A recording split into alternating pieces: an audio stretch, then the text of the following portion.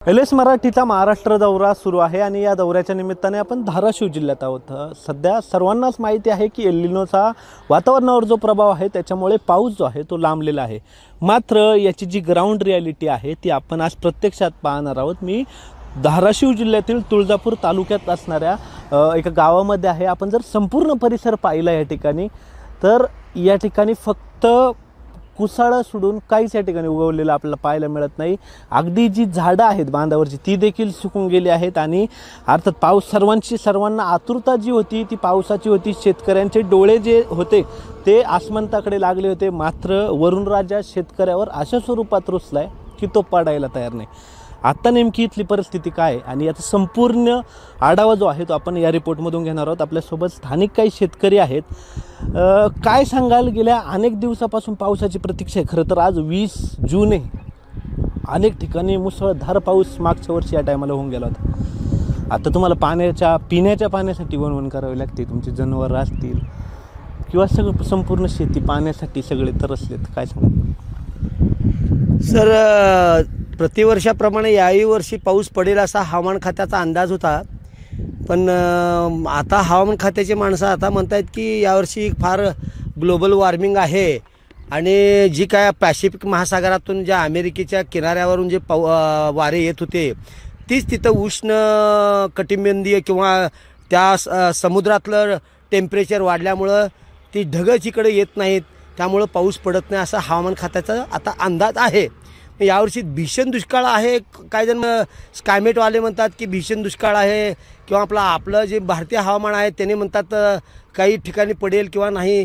पण परिस्थिती इतकी बेकार आहे की सध्या शेतकरी काय नांगरसुद्धा मारायला तयार नाही। नांगराचे पैसे अजून ते कुठले द्यायचे म्हणून शेतकरी नांगरसुद्धा मारायला तयार नाही। काही जणांनी नांगर मारले, ज्याच्याकडे पैसे शेतकऱ्याकडे आहेत ते नांगर मारले, मारून नांगर ठेवलेलं आहे। पेरणी गेल्या वर्षी झाली होती, पीक यायला पाहिजे।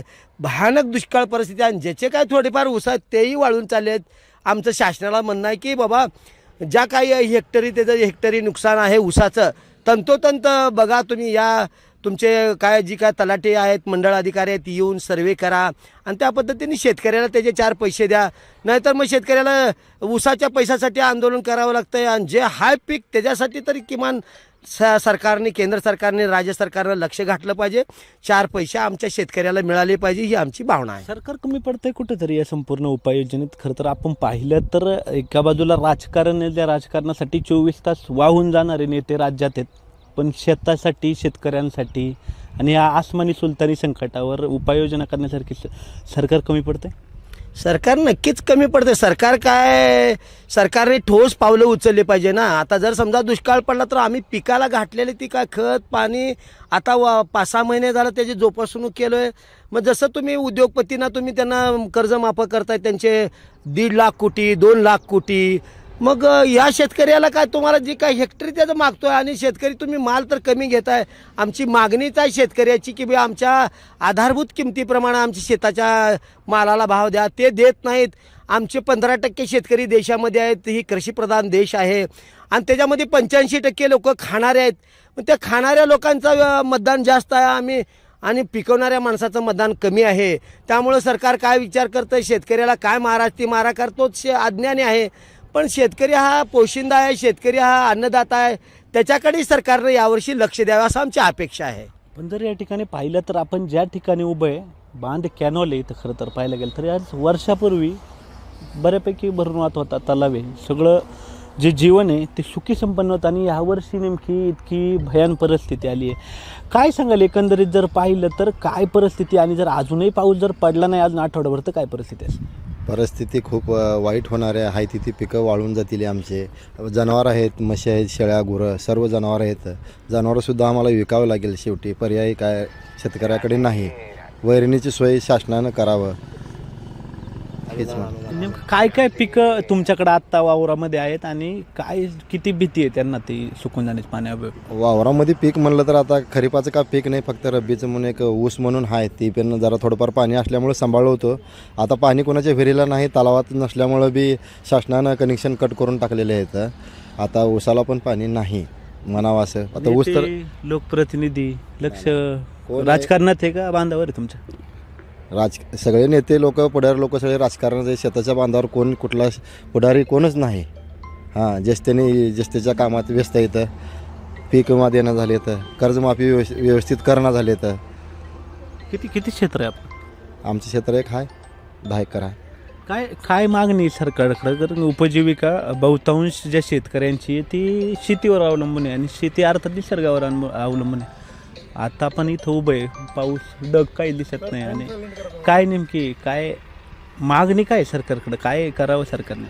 सरकारकडं मागणी एकच आहे की पाऊस का होणार झालं आहे, आमची जे पीक विमा असेल, जे कर्जमाफी आहे ते कर्जमाफी द्यावं, जे मागचे पीक विमा वगैरे आहे ते सर्व शेतकऱ्यांना द्यावं अपेक्षा आहे. शेतकरी तुम्ही? हा शेतकरी. किती क्षेत्र आहे आपलं? 5 एकर आहे. 5 एकर. काय परिस्थिती आहे? काय अवघड आहे, पाऊस नाही पडत, जनावरं सांभाळायचं अवघड आहे. सोडून द्यावं लागेल जनावरं, हे ते पाणी नाही, पुन्हा ऊसा इथे ती वळून चालली. राहिलेले पहिलेची ऊसाची बिलं मिळाली नाहीत शेतकऱ्याची. आता ही याला अजून तसं कसं तर जपून ही वापरले तर ती सुद्धा वळून चालली. काय परिस्थिती नाही. लोकप्रतिनिधी मतदानाला येतात, मतदान मागायला येतात, प्रचार करायला महिना मतदारसंघात राहतात आणि मग अशी परिस्थिती कुठे तुमचे नेते? कोणच येत नसते अशा अडचणीला. याचा विचार करणार का तुम्ही ज्यावेळी ते तुम्हाला भेटतील, मतदान परत मागायला येतील कधीतरी, तेव्हा करू विचार तसा आता. राहील लक्षात शेतकऱ्याच्या? हां, मला राहील एक सगळे सांगा, पाऊस जर अजून 10-15 दिवस पाऊस आला नाही तर काय परिस्थिती असेल? सगळे आहे ती वळून जाते आणि काय पुन्हा काहीच राहत नाही.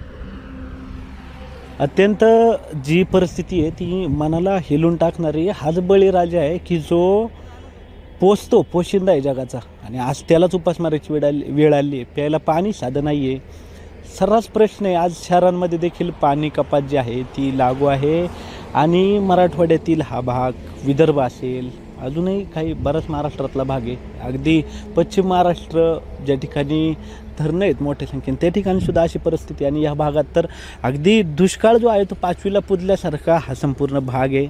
अर्थात वरुण राजाला इतकीच जी साथ आहे ती शेतकरी घालतोय की किमान आता तरी पड आणि ही संपूर्ण जे रान आहे त्यांच्या जनावरांना प्यायला पाणी, स्वतः त्यांना उपजीविकेसाठी पाणी मिळू दे, एवढीच ही जी आहे ती बळीराजाची अपेक्षा आपल्याला या ठिकाणी असल्याचं लक्ष पाहायला मिळतं आहे.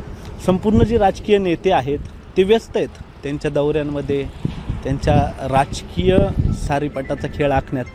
मात्र ते नेते ज्यावेळेस मतदानाला येतात त्यावेळेस आपल्या मतदारसंघामध्ये 15-15 दिवस राहतात, दौरे करतात, बांधावर जातात, प्रचार करतात. मात्र आता एवढी भीषण परिस्थिती आहे, जली जीवन आहे, तेच पाणी, तीच समस्या आता आहे. आणि आता लोकप्रतिनिधी कुठे आहे हा प्रश्न जो आहे तो या ठिकाणी अर्थात शेतकरी विचारताना आपल्याला पाहायला मिळतात. जनावरं पाहू शकता तुम्ही या ठिकाणी काय समस्या आहे, पाण्यासाठी त्यांची वणवण, चाऱ्यासाठी त्यांची वणवण.